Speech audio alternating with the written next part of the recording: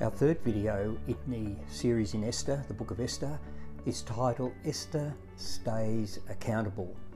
And she stayed accountable to her uncle Mordecai, and she respected him, she listened to him, she listened to his wisdom, and even when it was time to move and do things that she hadn't even thought of, he watched over her. This is really crucial. He checked actually every day. He paced outside the fence around near the palace to hear the gossip or the whispers of what was happening, and he was a watchful mentor, and he spoke and challenged her. And if you haven't read the book, you'll see some of the words that came out at times when she's reluctant. She said, if I go to the king and I'm not summoned, my head will be cut off.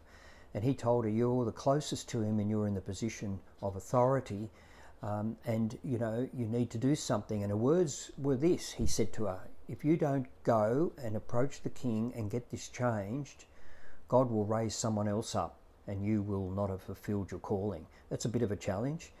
And then the words which is often used today came out. Maybe you, Esther, he says, maybe you were born for such a day as this.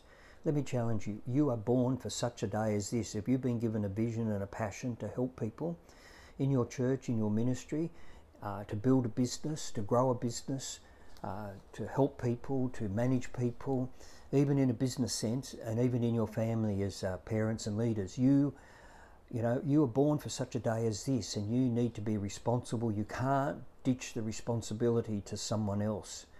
And as a mentor, and Mordecai didn't probably think about himself as a mentor, but in a way we are when we don't think about it. He was honest and he was direct with her when he needed to be. And her response after all this says, I will go to the king, and if I perish, I perish. So she was prepared to go to the wall on this when she realised she was called, she'd been put in position, and it was her responsibility.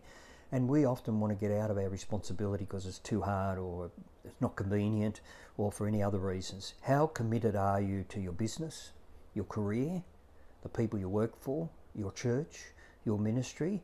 How committed are you to give your all? In the end, Esther gave her all, despite if it was going to cost her her life.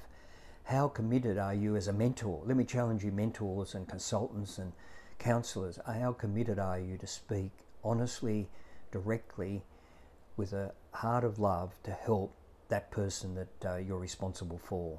So be one of those that do help those struggling or finding their position, particularly in their early years, but it even happens with those in later years. Are you going to push them and encourage them to move forward?